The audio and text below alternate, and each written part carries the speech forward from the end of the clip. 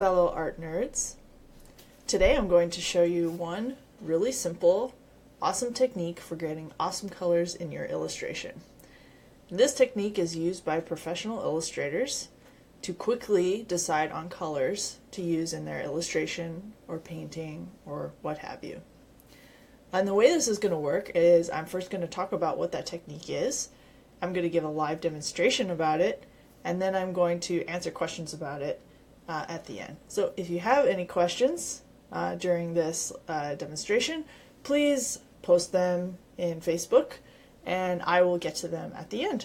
And just really quickly, if this is the first time that we've met before, hello, I'm Susie Sahim, also known as Bogus Red on the interwebs, and I am a professional illustrator and engineer whose artwork has been viewed millions of times on Google's homepage.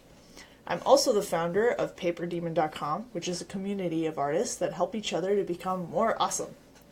Okay, so have you ever been in a situation where you've started an illustration, you've got the line art done, and you're starting to lay in the colors? And as you lay in the colors, you start painting things in, and then you realize, wait a minute, this color that I just added doesn't go so well with the color that I already painted in. And then you change it, and then you're like, wait a minute, that doesn't look great either. Maybe I should go back to the way it was before. And like you spend a lot of time repainting the same areas over and over again, wasting lots of time, and then you just get frustrated. Well, if you've been in that situation, this video is for you. So, this has happened to me several times. The solution to this problem is to do color comping. And the way it works is you just make really small thumbnails, like about 2 inches in size, and just do several of them, experimenting with different colors. And this is a great way for you to evaluate the color of your illustration and experiment with different things without having to waste a lot of time and get too invested or emotionally attached to it. This definitely reduces a lot of the frustration. So this technique actually applies both to digital and to traditional art. So even if you're painting in acrylics or watercolors or what have you, you could still use this technique. The way I'm going to be demonstrating it today is digitally, but still the same technique applies regardless of what medium you're using.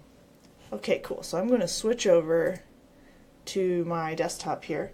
And I'd also love to hear where you're watching this video from, so please post in the comments like where you're watching from if you're watching this live. Or even if you're watching this days later or whatnot, I'd love to hear where in the world you are, so please comment. Okay, so here's an illustration that I started working on yesterday, and it's going to be painted on a ceramic bowl, so that's kind of why it's got this circular shape to it. And I haven't yet decided what colors. I have it in my head what kind of colors I want in mind, but I'm not certain. So what I've done is I've taken this illustration and I've duplicated it several times, really small, into these little thumbnails. And now I've got them all on a layer here set to multiply, and then I'm going to, on a layer beneath that, start to lay in some colors and experiment with it. Okay, so here we go. I'm going to start choosing some colors. So I kind of had in mind that I wanted to go with some more warm tones in this illustration. So I'm just going to kind of quickly lay in some colors here. Maybe I'll zoom in a little bit here. Now the idea is you don't want to get too much into detail. I'm just going to zoom in more so that you can see it better. But when you're actually doing this exercise, it might actually be better to be zoomed out so you don't get too caught up in the details. But just for demonstration purposes, it kind of makes sense. So I know that this dragon character, I want him to be, more red orange color. This character's name is Shen Short, and he's from an animated series I'm working on. He's kind of a parody of Dragon Ball Z, Shenlong, which is why we named him Shen Short. So I'm not too concerned about the detail, I'm just trying to get a rough idea of what colors might be where. belly would be yellow. And I could also think about making this a darker color in the center and then getting lighter towards the edges.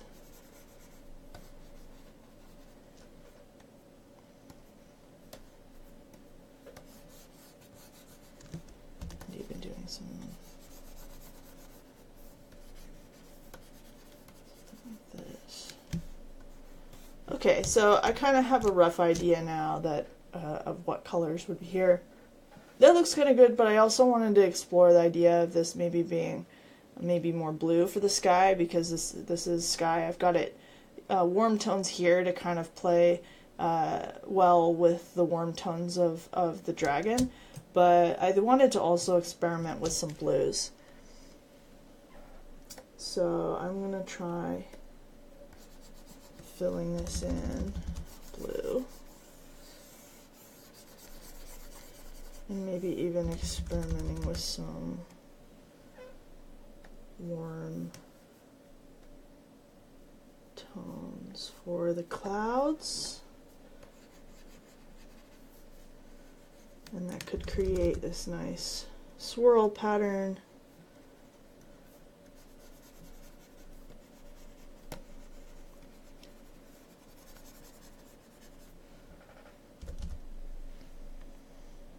I might just go with the same red here.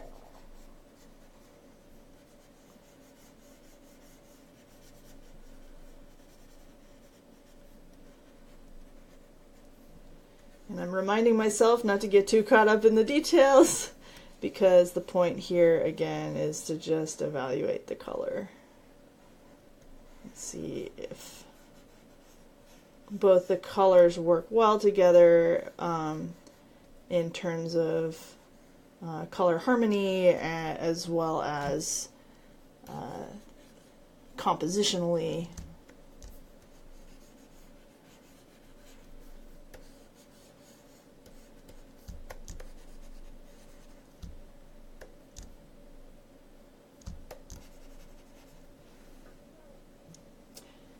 So that's, and there would also be some browns in here as well.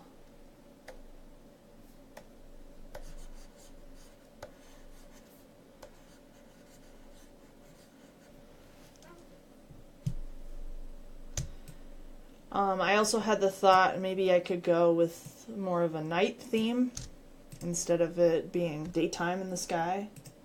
So I could go with like some dark blues or purples. Go big there.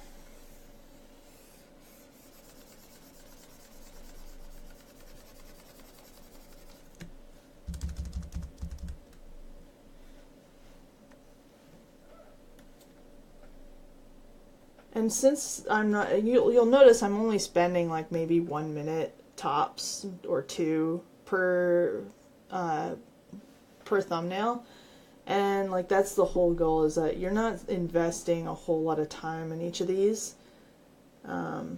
It's meant to be a very low investment, and you can also duplicate these if you liked, for example, if you liked the color here mostly but wanted to make a small change, I could select this and duplicate it, bring it down here.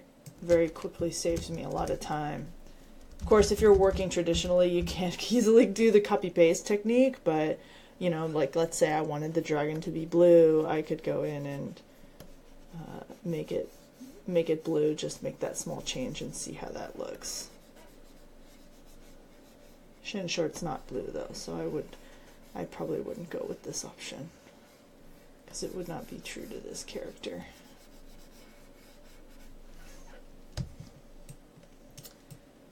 Okay, so back to this night theme.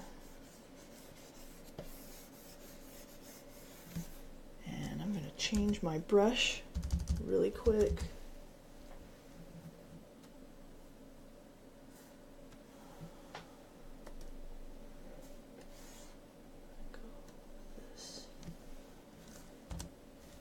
I'm just trying to get some opacity in here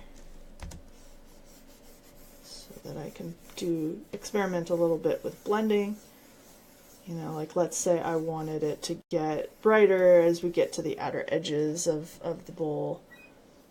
I could do something along those lines.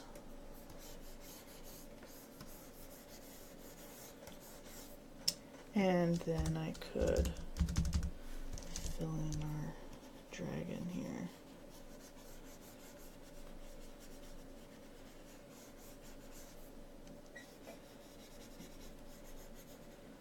This, if you're wondering what this illustration is, what this is for, I'm actually creating a ceramic pasta bowl for my husband for Christmas.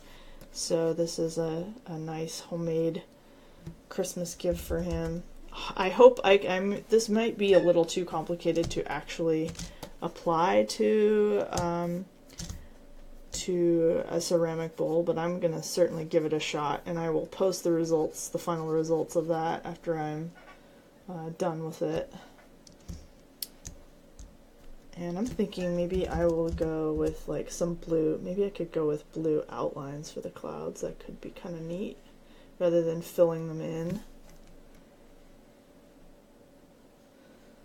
This is a quick chance to really experiment and try different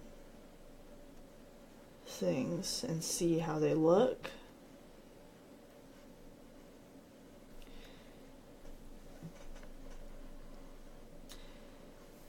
And if you're wondering, what is that thing on top of that dragon there? What the heck is that? Well, maybe if I fill it in, it will be a little clearer. It is a pickle. Why is there a pickle on top of a dragon? And why does he have brown hair? Well, this is a character known as Shit Pickle. If you have ever watched The Angry Video Game Nerd, you will know this character. He's a character that appears occasionally on that series, and my husband is a big fan of Angry Video Game Nerd, and in particular Shit Pickle. And there's also Tanuki Mario, because Mario's cool. Holding a plate of pasta.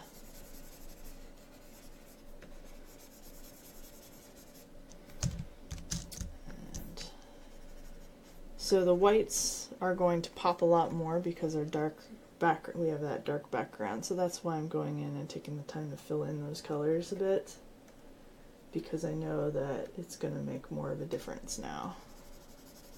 But still, I'm staying away from detail and just kind of putting in some rough colors.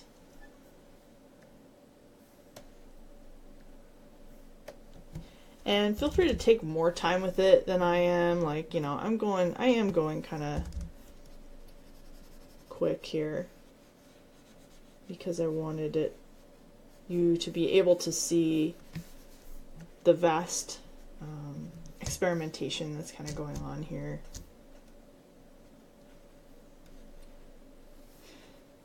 Let's see.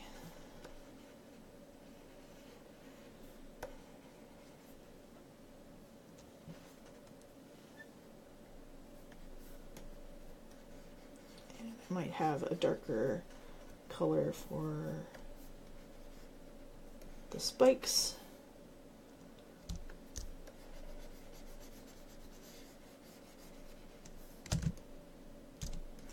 Yeah, I'm kind of not a fan of this particular color comp. I feel like that the red and the blue are really clashing here, whereas in this other one, the blue was, I guess, much lighter.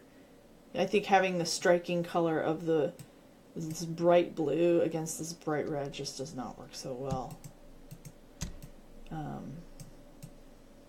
So yeah, I could keep going on here, going with different colors if I wanted. I could also go with something more desaturated. Maybe that would help. Like if we wanted to explore this dark night theme more, but make it work well with the reds, I could try making it more of a desaturated grays or blues and see if that works.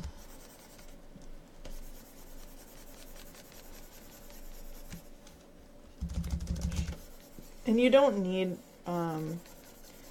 high saturation, or sorry, you don't need a high resolution on these images because they're small. You know, it's okay if it's pixelated or whatever. This is just mostly for you. You don't need to share this online. I think it needs a little bit more color. And maybe I'll even start it darker in the center.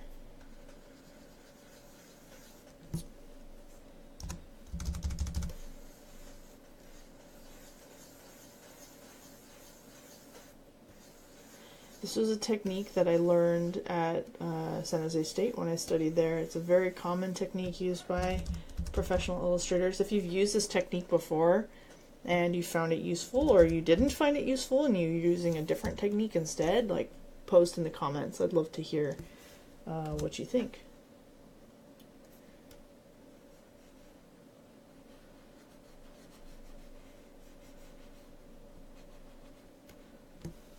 So now I can see that, yeah, this red is working a lot better with the desaturated blue. Much better than that bright blue that I had on the left. And if I wanted to make the lighting a little bit more realistic too, which I don't in this case, but I could also go with the dragon just having red as the outlines to use a technique called rim lighting, but I don't want to get into that here.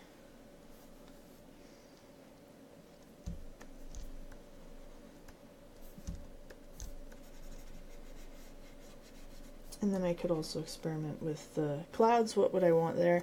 I'm thinking maybe to go well with these gray blues, it should also be somewhat desaturated but light. Maybe I'll even experiment with transparency a bit.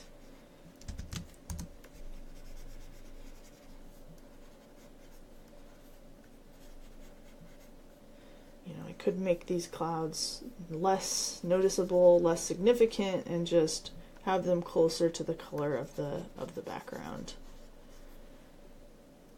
They're not the main attraction in the illustration anyway. And I could also, if I like this technique of the bright outline, I could still, you know, see what that might look like in combination with the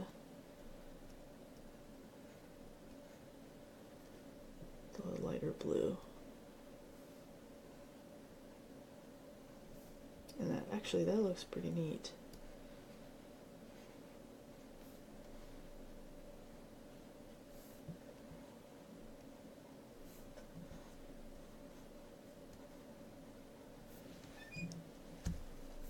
And this brown may not play well with this gray, so what I might do is desaturate that as well. And actually, yeah, that looks a lot nicer than that original brown that I was gonna pick. So I'll put that there so you can kind of compare. Yeah, that color does not look very good. So you can see here, I'm making these decisions about these colors really quickly. I haven't invested a whole lot of time. I'm also desaturating here this green for the pickle.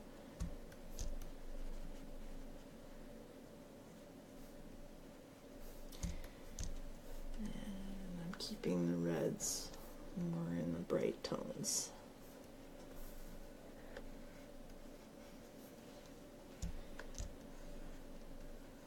And what is that in the center, in case you're curious? Well, those are supposed to be 7 meatballs, because of course a dragon comes when you collect all 7 meatballs, as everyone knows, as it is known in the land of pasta. And of course our dragon has very large buck teeth. The dragon, this dragon shin short also has orange for some of the areas of him, so I'm just going to lay that in so I can see how well that plays with the rest of the on his chin.